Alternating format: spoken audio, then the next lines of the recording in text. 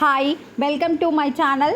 ఆంధ్రప్రదేశ్ రాష్ట్రంలో సచివాలయాల ఉద్యోగులకు వచ్చేసి ట్రాన్స్ఫర్స్ స్టార్ట్ అయ్యాయి.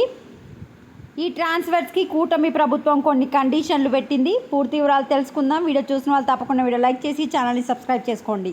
ఫస్ట్ కండిషన్ వచ్చేసి గ్రామ వార్డు సచివాలయాల ఉద్యోగుల బదిలీలలో వారి సొంత మండలంలో పోస్టింగ్ ఇవ్వరాదని ప్రభుత్వం నిర్ణయించింది. మీ సొంత మండలంలో అయితే మీకు పోస్టింగ్ అయితే రాదు.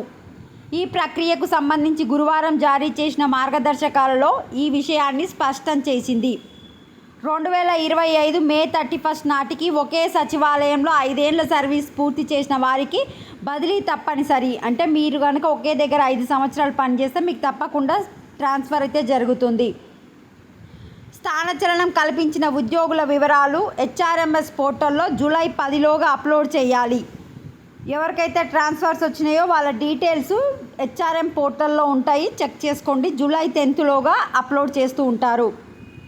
బదిలీల తర్వాత సచివాలయాల్లో నిర్దేశించిన దానికంటే అధికంగా ఉన్న ఉద్యోగులు తదుపరి ఆదేశాలు వెలువడే వరకు ఆయా చోట్ల కొనసాగనున్నారు. దీనికి సంబంధించి ప్రభుత్వం కలెక్టర్లకే పూర్తి అధికారాలు కల్పించింది. ఈ నెల 30లోగా ప్రక్రియను పూర్తి చేయాలని ఆదేశించింది. జూన్ 30 వరకు ట్రాన్స్ఫర్స్ అయితే కంప్లీట్ అయిపోతుంది.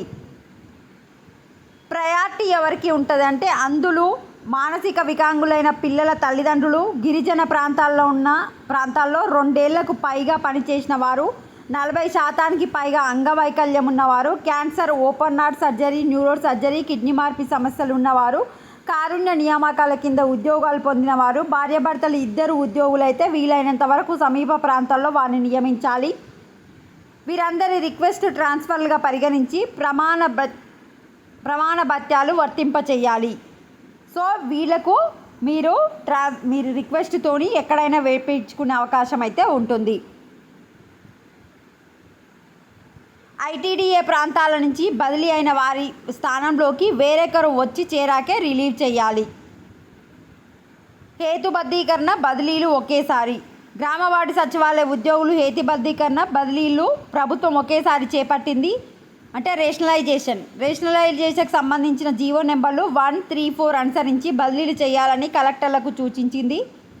జనాభా పరంగా సచివాలయాలను ప్రభుత్వం 10 కేటగిరీలుగా విభజించింది. ఏ కేటగిరీ సచివాలయాలు 6, బి కేటగిరీలో 7, సి కేటగిరీలో 8 మంది ఉద్యోగులను ఉంచాలని నిర్ణయించింది.